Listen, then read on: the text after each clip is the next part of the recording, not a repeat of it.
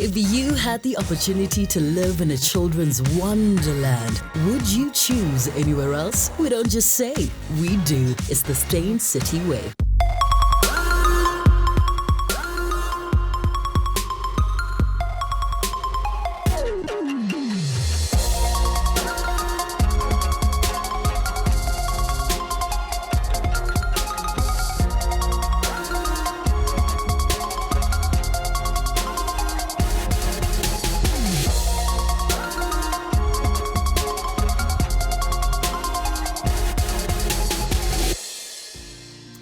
Good afternoon. We're kicking off a brand new week with another stellar edition of Real Talk. Today, I'm in the company of a woman who wears many hats and does so effortlessly. She's been a fan favorite as an actress on numerous shows such as Muvhango, Laan and Harvest, to mention a few. Her love for music and singing has seen her perform all over the country and culminated in the release of her debut album From Fear to Love in 2014. 2016 saw her flourishing, with the launch of her book titled We Kiss the Sun and Embrace the Moon. And as if she isn't working hard enough already, she also co-hosts a radio show on cliffcentral.com. What a pleasure it is to have the hilarious, I didn't know this, I didn't know she's so funny, Rami Chuene is on the show today. Thank you so much. You are hilarious. But do you know this though? I heard I am hilarious. No, in fact, the idea is not to be hilarious. I'm just trying to be myself. But you do realize that to yourself is slightly humorous then? Yes, lots of humor. Why is that? Because you feel like you grew up as the ugly child, so you had to have like the personality. I don't know. No, not really. Yes, I was the ugly child. No, not the ugly child. I was just the darkest one. Because your dad tried to tell you all the time how beautiful you are. Yes. And then you'd go to relatives. He's the one with a sense of humor. Oh, is it? Yeah. No, and when he tells stories, he doesn't even laugh. He just tells you something, and all of us were like rolling on the floor, and he's like, I don't understand why you guys are laughing. Because it has to come from somewhere. Yeah. I was telling you that your book, I was reading your book the entire weekend, and I was just like, I couldn't believe it. I was like, and you're just telling stories of your life, right? So it's not like an autobiography, like this is my life, and it's dramatic and it's on stage. It's just like tidbits.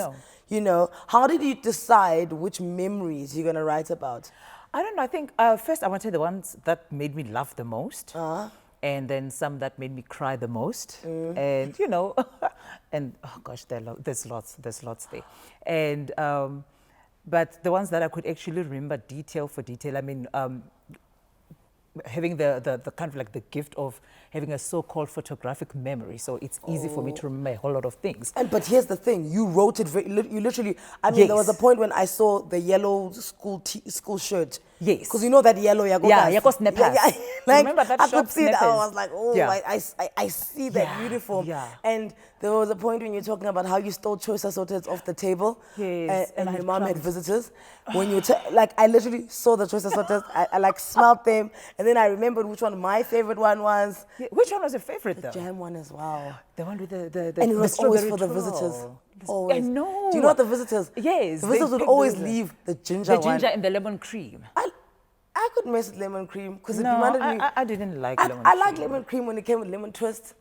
No, I didn't like the lemon cream. I remember I would take the ginger, and my younger sister Julie would take the lemon cream. But yeah, visitors. You had to be that wafer, man. Dude, the pink one. The pink one, the strawberry. They'd go first. They'd just go first. Yeah. So how many times do you read your book before you release it into the world? And do you panic a little? Well, I didn't panic as such, but I read it quite a couple of times. I read it a lot, and in fact, it was for me one of the best experiences I had was to sit and write it, because some of the memories they're like somewhere shelved at the back of your mind. But the more you write, the more you remember. The more you write, the more you remember. So I would write some of the funniest ones, and that time, so I stopped and I laughed myself. I'm like, oh no, I can't believe I did that. Or then. The other ones, then the times I'm like crying, like, oh my God, I don't want to write this ugly anymore. Cry. I would have the ugly cry. And a friend of mine, Tabiso Matlape, the publisher, she helped me work on the book. And I'll be phoning, I was like, I don't want to write anymore. She's like, right. She's like, oh no, just write. You, whatever. Shame, utangwala. But do you write the book, then give it a title, or do you give it a title and then write the book? I think, no, with this one, I simply started writing. But all I knew is that I wanted it to talk about night and day, you know. So the sun comes out in the day, and then the moon comes out in the night, basically symbolizing that there were light times and there were dark times. There were dark times, but I didn't like night and day. So you say with this one, are you going to write another one?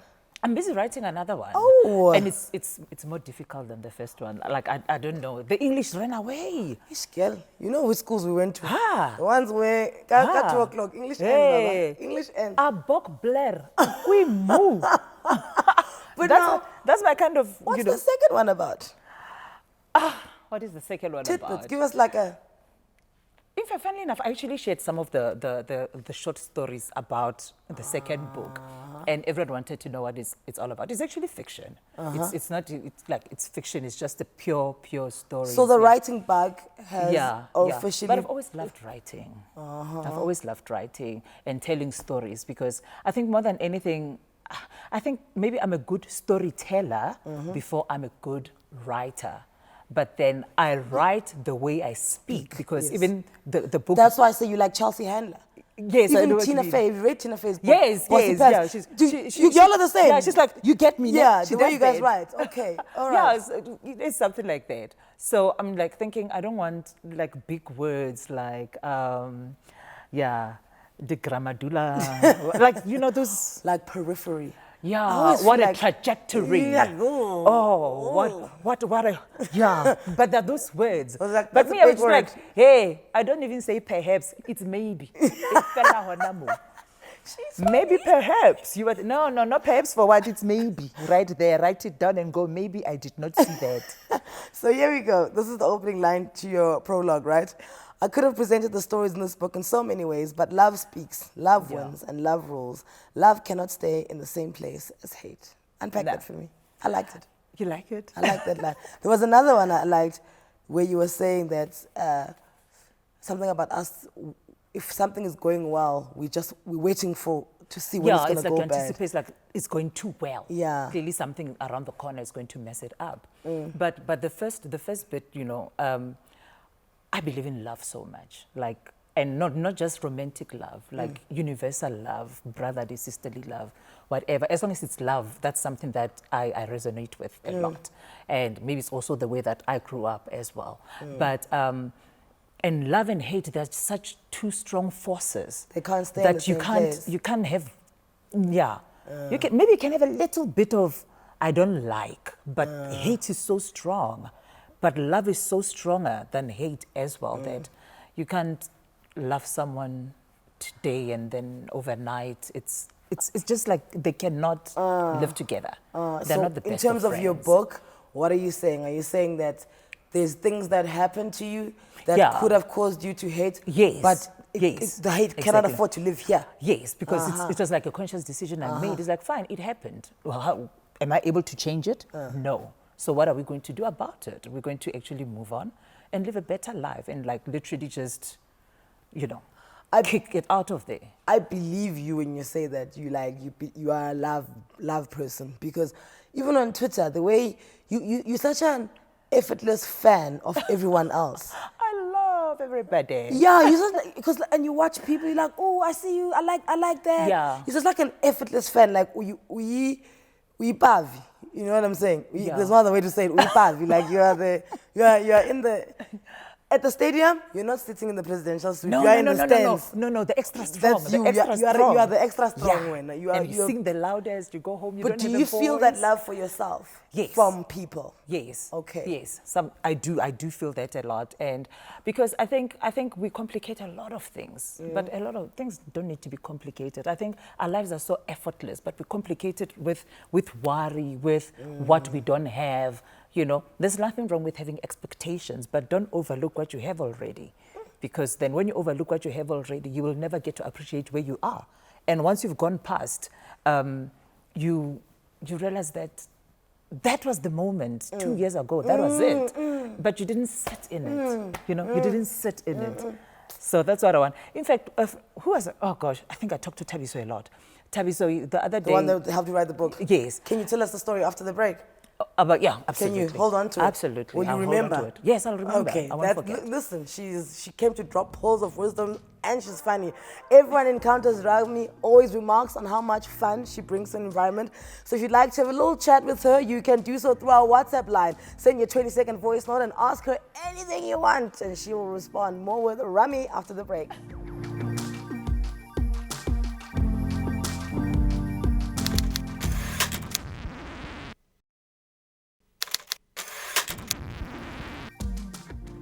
And welcome back to Real Talk. Today we're spending time with actress and author, Rami Chuene with her new book called We Kiss the Sun and Embrace the Moon. Rami has created a page turner that will have you captivated from the first page to the last. She brilliantly displays her talents as a wordsmith who perfectly balances sharing some of the most intimate and defining moments of her life in a humorous way. You were telling us a story about Thabiso. Yes. No, Thabiso asked me yesterday Yeah. that if did I have any pictures of me pregnant with my girls. Yeah. You know, and then I realized that I actually didn't. I didn't, yes. Wait, okay, how old are your girls before? Because camera phone. No, there was no camera phone. Okay, yeah. There was no camera phone. So Kifile is 23 Okay. and then Tating is 21. But you see, that's like, so it was Yeah. like Coded teenage days. pregnancy thing. And I mean, at that time, it was so difficult. I mean, the church is looking at you funny. Everybody's you like, can't looking be a at you. teenage Like, we pregnant. know what you did, darling. We know exactly what you did. And here's the evidence of your sin, you know? And then, and I thought about it yesterday. I was like, you see, I didn't even have a chance to sit in it. Because to you were sit so in busy in your shame. Yeah, you get so busy in your shame because you get so busy in other people being busy about you that you forget yourself completely. That's actually so profound. I was like, and that was just yesterday. Because now they're grown. And Now they're grown, they're women. I mean, they can wake up tomorrow, they say they're getting married. Well, they better not. Well, not now anyway. And you wouldn't have another one? Then I've got Putselo, I've got my 10-year-old. Do you have pictures of And then I've got pictures of her. Okay, And, you know, and yeah, okay. she's like my little diva and all of that. Okay. And, yeah. Did you have to ask permission from any of your people that you wrote about in the book? No, Really? not even. Who was the one person that you wanted them to read the book the most when you'd finished it? And you're like, okay, the first person I want to read this is? I think the first person who read my book is my father. Because I remember when the books got delivered, we were still trying to put them in their little packages. We're getting ready for the launch. And my father just grabbed one of the copies and he never put it down. I left him sleep. I went to bed. He was reading it. And then I came back. He was, that's my dad. Oh, Did you don't charge stop him for it? Stop it. Don't show pictures of my father. Did you charge him? Because I mean, you know, you can't give family discounts here. We're running a business out here. Come on, Rams. No, but funny enough, okay, well, I didn't. He got the book for free, but what I can tell is that my family sells my book so well. Okay. You know, my sister is in Polokwane, she has copies. My sister is in Pretoria and Centurion, she has copies. And they just sell you it. know, and then yeah, you know, we've got the Ramsgate boot store. Okay. Yeah, okay. and we sell from the boot and we Tell do me that. about self-publishing. What's that journey like? I mean, it must have been quite an uphill thing, though. It is an uphill thing, but I've always believed in like self-publishing, self-producing, and you know, just owning your stuff, because I think it's like, it's more or less hassle when you know where your stuff is. Did you But then- try go with the publisher? No, not Okay. even. So from word go, you were just From like, word go, I was like, gonna I'm just do this going to myself. write, I'm going to put it, it's going to fall under my own company and all of that. But then because I knew who the real players were, I was like, okay, you're going to help me with this, you're going to help me with that. Yeah, Right. yeah. So we need to go through this book. Okay. One of my favorite stories is the fact that you used to wee in your bed, right? Yeah, whose pee is it anyway? And then my favorite part is the fact that on weekends, after you'd peed, that you guys would take the mattress outside and put it against the It was house the so it could best dry. thing ever. And then you and your siblings, you guys used to marvel at the way you pee, and they're like, yo, it's a work of art. Yeah. Yeah. America. At that point, we've never been to America. We don't even know exactly what America looks like. It's like, it's like a soccer ball.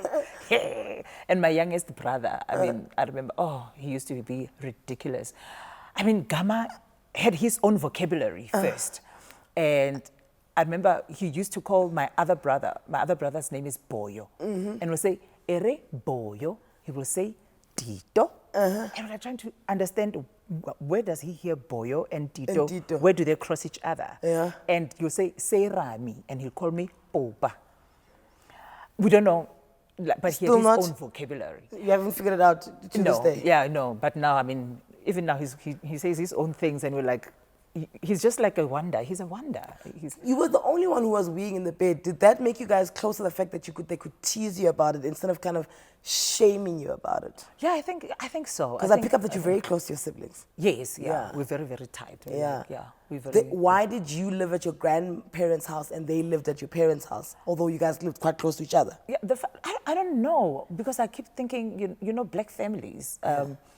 I stayed with my grandfather from my mom's, and my younger sister stayed with our grandmother from my dad's side. Okay. And my elder sister is the one who stayed with the parents. I think she's the spoiled brat, though. Matilda is the spoiled brat, my eldest sister. And I mean, also she went to boarding school early. We all went to boarding school except for the boys. The boys were like just local.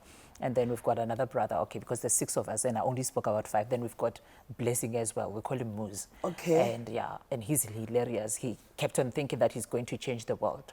His initials are MLB. He calls himself Men Leading Blacks. Oh, wow. Yeah, he is hectic He's like that. He's a forward thinker, that guy. Yeah, and he kept on saying, when you say like, oh, do you see this invention? Like, yo, dilo ja makgowa. It's like, hey. Ntwa di ke makgowa wena, dile ke makgowa a ke Basotho ba America.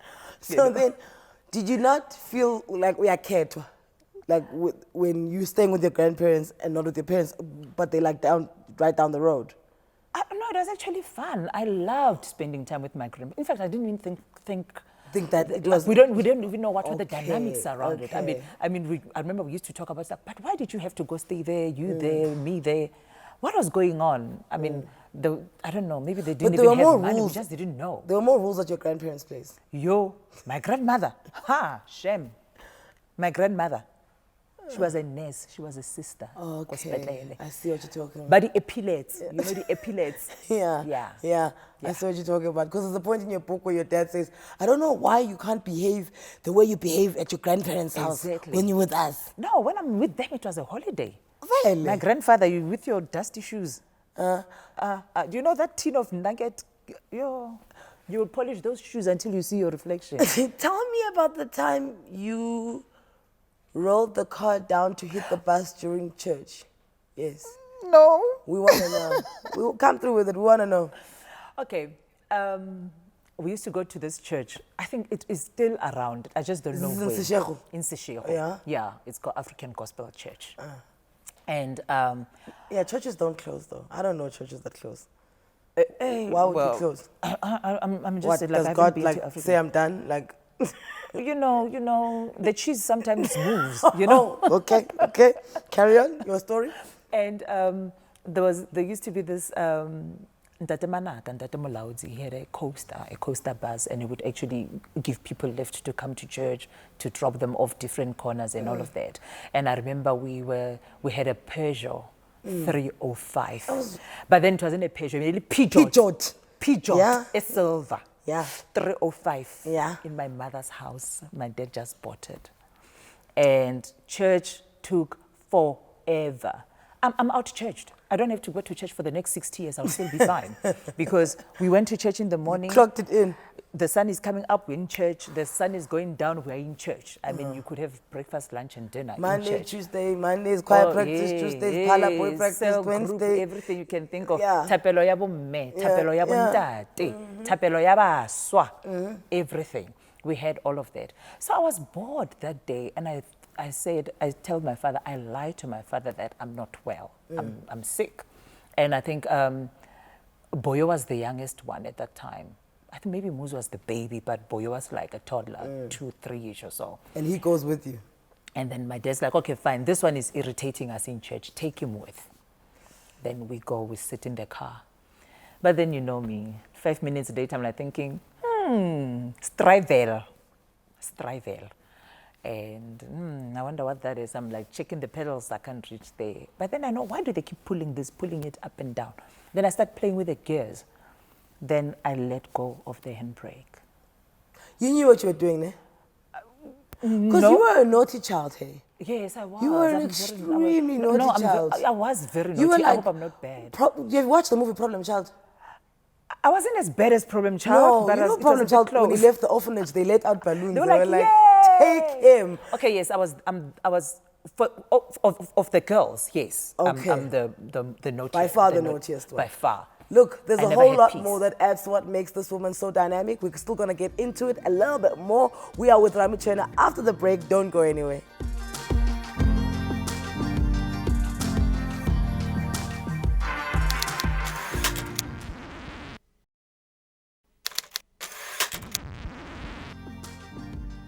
And welcome back to Real Talk on SABC3. The stage is yours. Rami Chuene's life has been a full one, to say the least. She had humble beginnings growing up with a family full of love in Polokwane township of Seshego.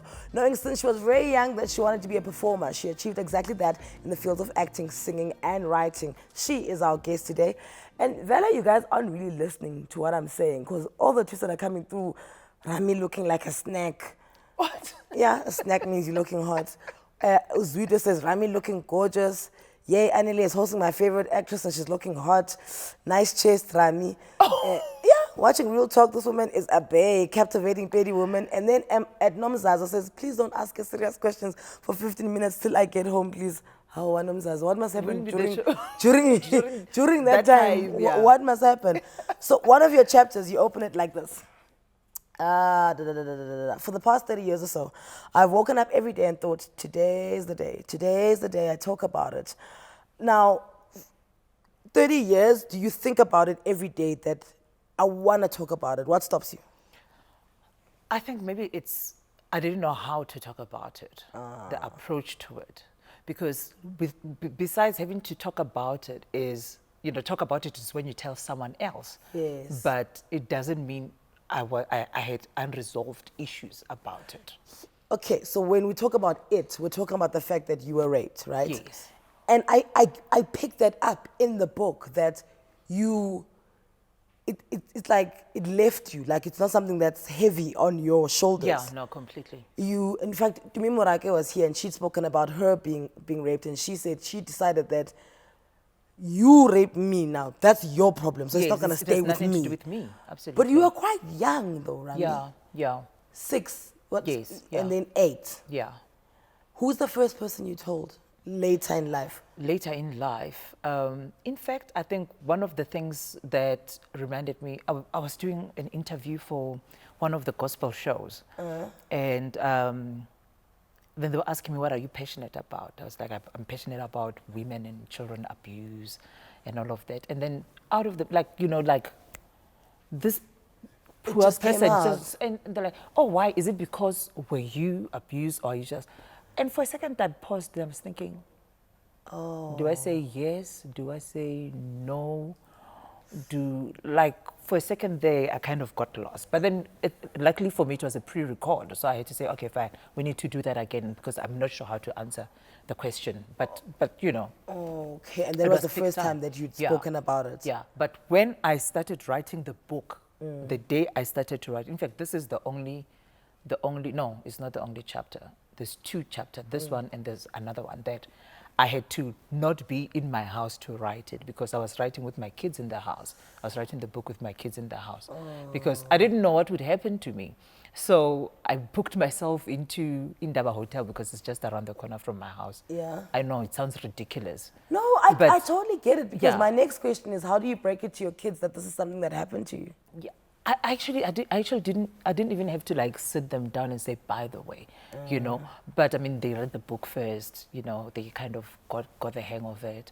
And I just started writing it. And then the sequence of events started coming back one by one. It's like, oh yeah, by the way, I remember that. And then I used to remember why I hated one-ply toilet paper so much. I remember how I hated Vaseline. I'd so many things that would remind me of it's that thing that guy liked,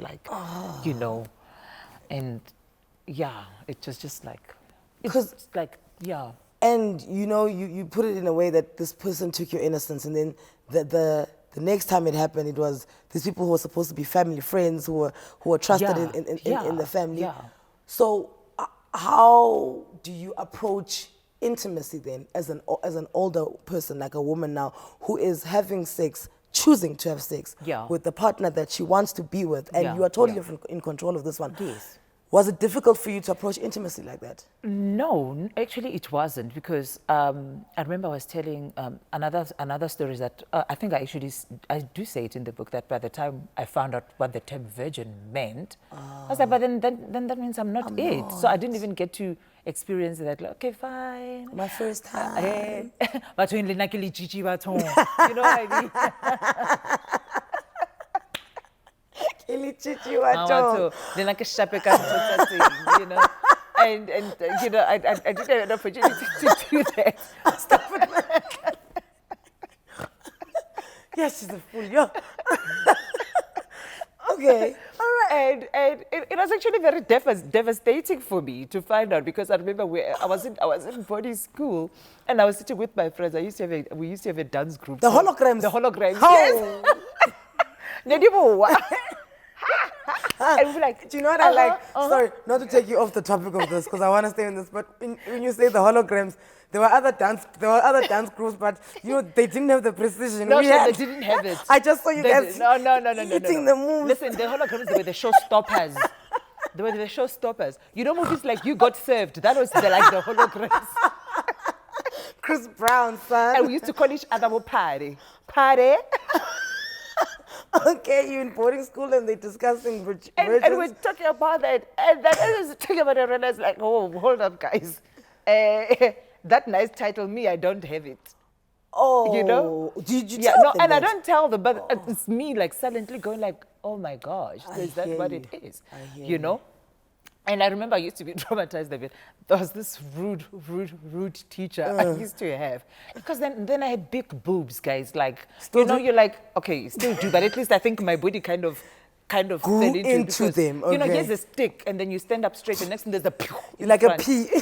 Yeah, I look like a P, like the alphabet. And literally, I mean, my hair was so long and it's so heavy, and I didn't have hair that grew out properly, and it kept on working like this, like you know. And you're like, I had so many things going wrong for me, like really. And So I think it's the entertainment that kind of said, okay, fine, but yeah. Go on with your nice, intelligent selves. But me I'm going to be a star. There's a voice note for you. Let's hear it. Is the volume up? Hi, Sis Anele. I have a question for the guest today. My question is, how does she stay so grounded? You know, how does she keep herself together, keeping in mind that people can be nasty at times on social media due to the character she played on Muvhango, but how does she keep herself Khomotjo. together? Okay, I'm honestly not trying to be funny, but I think one of the answers just came out now, like, how do you stay grounded? I think it's better to stay grounded than when you fall, you know, the fall is not that far. You close there. So when you're too high, you know, there's a big difference between falling from the 3rd floor and the 30th floor. The 30th floor, you go, Don't you and die then on the third way floor, down, exactly. actually? Yeah, and then you go, but on the 3rd floor, you go, Just a little break, and then you can. and then you can fix it. You know what I mean? But do you just think you come from a generation of people who would rather be working than talking about their work? Yeah, well, and I think that is just a technicality. We didn't have social media then. And there was no like, hey, my friend, you do not understand. Yeah. As we speak, yeah, that perfume, Okay. they signed me up. Cho, wait, I think the time is finishing. No, we didn't have that. But I think the social media has made it accessible. And I keep saying I like saying to my friends that we must let it go. We must let it be. This is how this generation is doing it. These are the channels they use. People are getting endorsements all over the place. I'm still trying to nail down like Boroto, man. Like, can I get endorsement? Boroto. I love bread. She just wants a bread endorsement. Yeah, please. like nje. Like, and I'll just hold it up and go like, "Tsena ka mo gae ro, o bone boroto ba gago ba 20 rand. Bo mme re tla go fa le." You know, like anything, it doesn't matter. You know, it doesn't matter, something. But it's I don't know why you're just like laughing.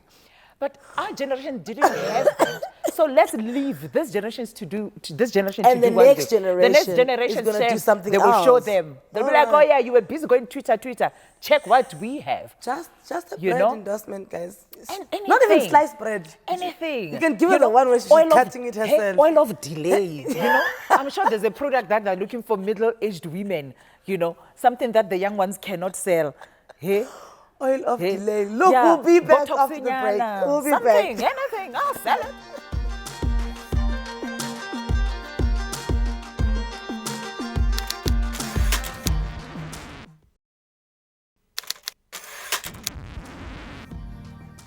And welcome back to Real Talk with me, Anele. Not only has Rami Chuene self-published her book called We Kiss the Sun and Embrace the Moon, but she also released her debut album, and if you ask her, she'll probably say her debut album,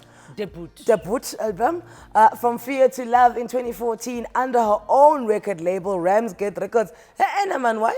You're going to Yes. You want to own the entire production line, babe? Yes. Yeah. So what you studied music? Yes, I did. Tell me about that. Why did you choose to study music when you were this dramatic? Well, the drum I got from my mother. Okay. So that was kind of like You guaranteed. like degree done, I don't need to You do think I'm dramatic? Sit down with my mother for 2 minutes. You'll have problems in your life. Yeah. So music. She's the one who says, send me money, Kenyako Diradi 1, 2, 3. Yeah, that's her. Okay. Yeah, okay. Yeah, you're my mother. I like that. Yeah. 1, 2, 3. And then when you must know what 1, 2, 3. Yeah. Okay. Mabaka. I want to pet mabaka. I want to do this. Yeah. Wawana. Tiba mola. Yeah, but then why music? Because I love writing music. I love how music makes me feel. I love the different genres of music. I like music is everything. Like there is no way I would like go through a day without listening to different music. And I listen to anything and everything you can think of. So when you're studying it, what's the end goal? The end goal is just like I just want to be able to write music to do you play instruments and all of that? No, I used to play piano keyboards when I was growing up, and I stopped out of rebellion, and that rebellion came back to kick me in the butt. You know why? Let me tell you why. My mother, the dramatic one. Okay, also the 1, 2, 3s. Also, yeah, I'm a 1, 2, 3s. You know, when guests would come to our house, they'll be like, I'll be playing with my friends. And she'll go, Rami, yeah. And I'm thinking, okay, clearly there's something important. They probably want to send me to their shops. Like, and then you asked if you want. And then these guys were like, playing. And I'm like thinking, I hate this instrument. But you know what a big deal it was to play a piano? I know, and my brother as well played. But then the other 4, they just looked at it and they walked by. And my mother, like, nobody told them to practice the piano. It was just me and my brother, and then we always sing. We sing together. Okay, Muz is horrible. He doesn't sing. He's the one who he doesn't sing. He doesn't have rhythm. Yeah, number 5. Like he talks the lyrics. He speaks. He speaks the word. He's the spoken word man. He's well versed in speaking the rhythm. Yeah, I believe the children our future.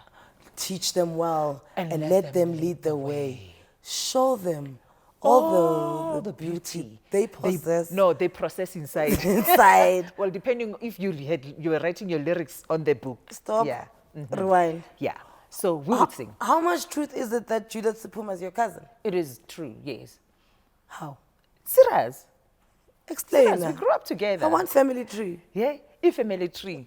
Our mothers there. Yeah. There's some benches there. Our mothers. Yeah. Their mothers are of their mothers. Yeah. Oh my word. Yes. So that's the music as well then coming through. Yeah. So do you guys like collaborate? Do you guys listen to each other's stuff? Be like, hey, yeah, we do. Oh wow. We do, and she always loves, and she always even with the acting, she always when are you on the Queen? She was asking, when are you on the Queen? I'm like, wait, I will tell you. Yeah, Pena, you must send me the promo. I want to send it out. I'm like, just calm down. You know, but I remember we grew up together. We used to sit in a car and we'd listen to Brenda Fassie, we'd listen to Rebecca Maru. And with the dreams there that, this is where we go. Our favorite song was, I'm happy to be here with you, my love. I'm never gonna let you go. Like with the it was Rebecca Maru. Oh, when Rebecca was still a quiet toaster? Yeah. Okay. Got German card. You got German card. Oh no, but wait, the German card is still there. So okay, the mini leather skirt. yeah. With the thigh-high boots. Yeah, with the thigh-high boots, and now she exchanged them from the dragging on the floor gowns, and that still works. And we'll sit and we'll say, and then we'll record, Tapa Muteleji, they were talking about us. And then I will run to her house, and we'll exchange cassettes, and then we'll listen to that one, then we'll go back and change that one, and then we'll be, did you hear this song? Did you hear that song? We need a song of you guys together, guys. Mulalo, please, we need a song. Where's this? Is that a Mulalo? Mulalo, yeah, that's her name. Oh, wow. We've got a voice note? Oh, we do? Yes. Anele, my question goes to Sister Rami. I just want to know, is it possible that she'll ever go back to Muvhango? Because we all know everybody loved watching her a lot. And does she ever think of having her own acting school to spread her talent? Because she's very talented in acting. Thank you. Wow. First one, will you ever go back to Muvhango? I don't know. Do they want me back? I don't know. Do you want to, like, is it a thing for you? I don't know, but now because I'm doing another project now. Now I'm on the Queen. But you would go back. It's not something that you sworn off, like, because I think Muvhango, what made me even go back the second time. It is how the people loved the character, because some things you do it for the love, some things you do it for the money, and sometimes you do it for the other person. So you play your cards right. Okay, and that was the other person when you did Muvhango. It was like more like for someone else. Oh, that's beautiful. Yeah. And then would you ever open an acting school because you're quite talented? I don't know. I think it would be awesome to open an acting school, but I think more than anything, my passion is to actually have schools, normal schools, having acting as a subject. Now, that's what I'm passionate about. Okay. Where we can actually get a whole lot of actors. I mean, we've got talented actors. We've got Flo Masebe, we've got Portia, we've got Zikona, we've got Vatiswa, we've got Nambita. And all the provinces are covered. It doesn't matter which language you're going to use. And we rotate around the schools, and we know that, it's actually taken as a subject as well. Because that whole notion of a viable career option. Not something you kind of first have to do other things, then you fall into it, and then you're doing it. Because acting is not just about being on TV. The stage, there's film, there's docus, there's industrial, there's corporates, even with music. Someone's like, yeah, this album of yours is like 2014. Why don't we ever hear it on national radio? It's like, no. In fact, that is when clients say, you've been singing for, I hate to ask Lucia, but I think it's been 25 years now, if not longer. No, 23 years. Yeah. And because my first singing gig I got through Lucia Mtiani. She was amazing to me. I'll tell you the story quickly. But anyway, and we've been singing for a very, very long time. We do all these corporates where you learn songs that you never thought you can Lucia, ever. the one that cooks as well. Lucia the chef. Oh, yeah. That woman, she set me up. Oh, wow. Lucia, Gloria Bosman. Yeah. Yeah, those are people. Those are corporate singers, though, like, dude, and that's where the people money like is. Timothy Muloy. Yes. Yeah. He sang the MTN song. You know what I mean? The Exactly. Khomotjo sweet sound. Yes. It's him. Yeah. Then you know what I mean. So you don't only sing because you want to go at that huge festival. Okay. You sing because someone is throwing a 50th birthday party. But then they want a 4-piece band. They want a 6-piece band. They want songs. And then you learn all the repertoires. When you're a corporate singer, you sing anything and everything. I've sung anything and everything you can think of. Which song would you not mind if you never sing it again? It must be Die blauw balls eet nie van die vloer af nie. Die blauw balls. That one. Where were you singing that? I can't sing it again. At the opening of Loftus? No. Jeepers. It was actually a corporate event, and then it happened that the CEO of the company was a serious Blow Bulls supporter, and it was part of the repertoire in the song. They demanded it. And then the other one, there's so many songs. Oh God. Yeah. This is how you were in Serena There's so Land. many. Because you say you didn't speak Afrikaans there, but I mean, if you're going to be in Serena Land, you have to have a general idea. But you know which one is the best? It's Captain. Span the sailor. Captain, say yes, mate. I know. That one I will sing anytime. I love Captain. Oh, how time flies. when we're having fun, Oh, don't die go tenne anywhere. verbrand. We've got a little more time left with Rami. What about Uwek will they?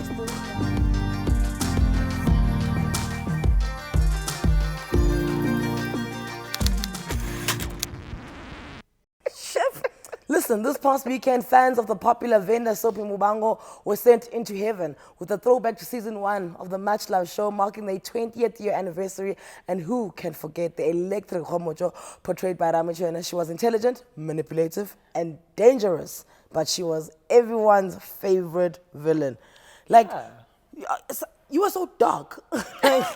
You were really, really so dark. Would you say music got you into acting?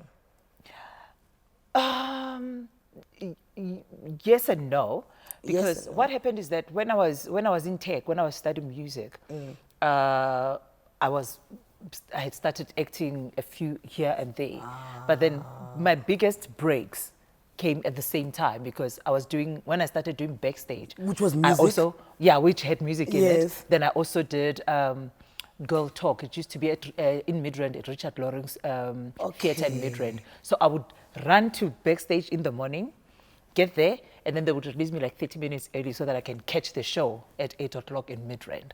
So I would just take that makeup and wear the wig, and I used to shake tail feather, doing the Tina Turner songs. And that's where Lucia came in as well. Because Lucia, throughout my whole corporate singing career, Lucia Mtiani was always there.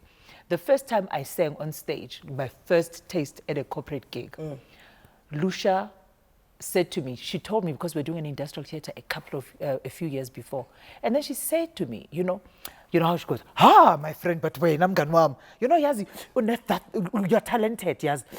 Yeah, but I'm going to help you. And she's like, I'm going to help you. Then she was supposed to go sing at a corporate in Pretoria, and she was doing Tina Turner. Fresh out of that Tech Live from Polokwane, not showing. I remember Lucia gave me shoes. That time they were 2,000 Rand. Wow. And that was like 98, I think. Look, that's expensive today, so I can imagine in 98. And then she found me a dress. She gave me the music, taught me the songs. Like these are the songs you must sing. Simply the Best, Proud Mary. When I was a little girl, I had a ragdoll. River Deep, Mountain High. Yes. And there was also like a collaboration with some of Elton John's songs. I learned them overnight. And Lucia called the producer, whoever was in charge. Give her a chance. No, she just said, I am not feeling well, but I'm sending someone who will sing on my behalf. And since that day, I was never jobless. So now here's the thing, to wrap it up, I can either play the WhatsApp voice note from someone else, or I can ask you about the Queen and how you got the job. Which one do you want? I don't know. Let me move out of the way here. Let's go to the WhatsApp one, because I get to ask questions all the time. So take it away, WhatsApp. Good evening, Anele, and hi, Rami. My name is Tsepiso, I'm from Beria. I just want to ask Rami, what is the number one message that you would like to tell the young girl child of this country today? Like, what would you like them to take out of your book and out of you as a human being? I will count you down when it's time to go. Wow. Okay, what I would say to a young girl child, especially in South Africa today, first thing is that we are in trouble. Second is that do not panic. We got this. That's the second thing. Remember who you are, why you are here, what it is that you want to achieve in life. And as much as you are responsible for your own life, as a young girl, there are people who came before you that are also responsible and accountable for you as well. So they need to take care of that. That is another thing. Because now with all that's happening, a woman gets killed here, a girl gets killed there. There's so much, there's just like so many things that are happening right now that I can feel like there's anxiety. There's an anxiety that is happening. But then I think we need to not lose our heads. We need to stay focused and still carry those dreams and achieve all the things that we want to do as young women, especially young black women, young girls, live your lives, get an education, dream and dream big. And Rena, back in the day, it was such a norm. So like, oh yeah, Mama fell pregnant. And they're like, look how Stratensela. Right now, there's so much happening. There's so much going on that, and then, they will always blame the girl and they forget the boy. But then, I like that though. What I took from that is we're in trouble, but don't panic. We got this. Her book is We Kiss the Sun and Embrace the Moon. Thank you so much to Rami Chuene. She has been absolutely wonderful. Thank you so much for your time. We will see you tomorrow at 5 p.m. on SABC3. Bye. bye.